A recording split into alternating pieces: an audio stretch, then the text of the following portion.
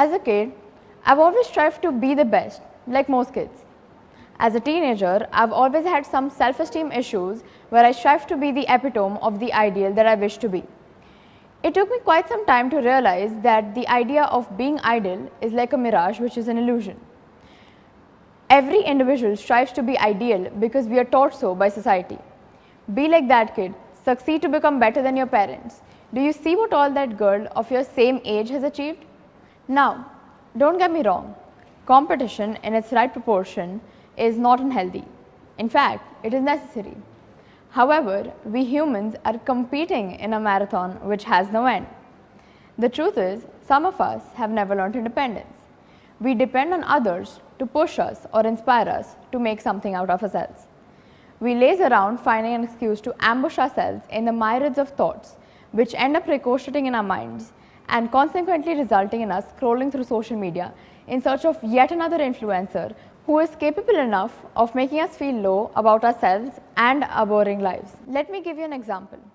I remember that from the beginning of my school life, I had often been told, either by television speakers or free advice givers, that you're either first or last. You're either known as a successful student or a nobody. You're either known to be the best or you're not known at all. Basically, the apparently ideal education system taught me that everything is either black or white, and too often white is what you're forced to look up to. Keeping this in my mind, I managed to excel in my lower grades and everyone's expectations skyrocketed. Now, I'm not a living fairy tale and neither do I want to narrate one to y'all, so I'm going to be very honest. At one point of time in my student life, I didn't manage to live up to my own and as well as other people's expectations due to certain reasons, one of them being breach of trust from some of the closest people in my life back then. I internalized and prioritized my exterior problems that seemed to hurt me so deeply back then just to remain sane. I thought I had lost touch with myself. Here's the thing. I was always determined at making people so proud of my achievements that when I was unable to do so, I thought I would never be able to achieve my dreams because I didn't have the potential to, in spite of being continually told differently by my parents and my friends. In this whole process, I let myself down to such an extent that for some time, I didn't have enough will to pick myself up again. My self-esteem seemed to have ebbed to the point of no return. That's the thing. It's very easy to be sucked into the vicious cycle of unproductivity resulting from the lack of confidence in yourself.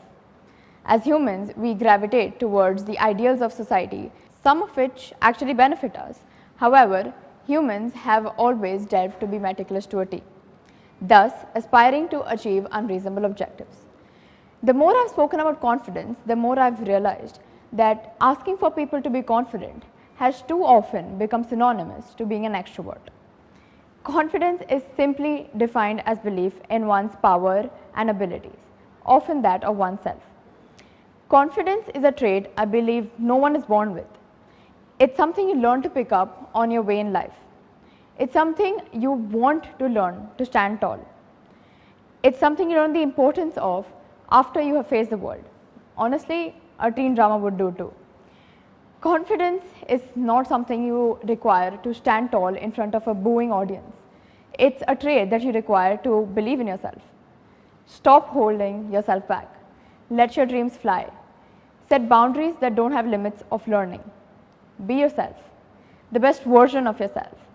And most importantly, believe in yourself. Because as famously said, if you believe in yourself, the world will believe in you because perception is reality. Thank you. Thank you so much, Yudhika.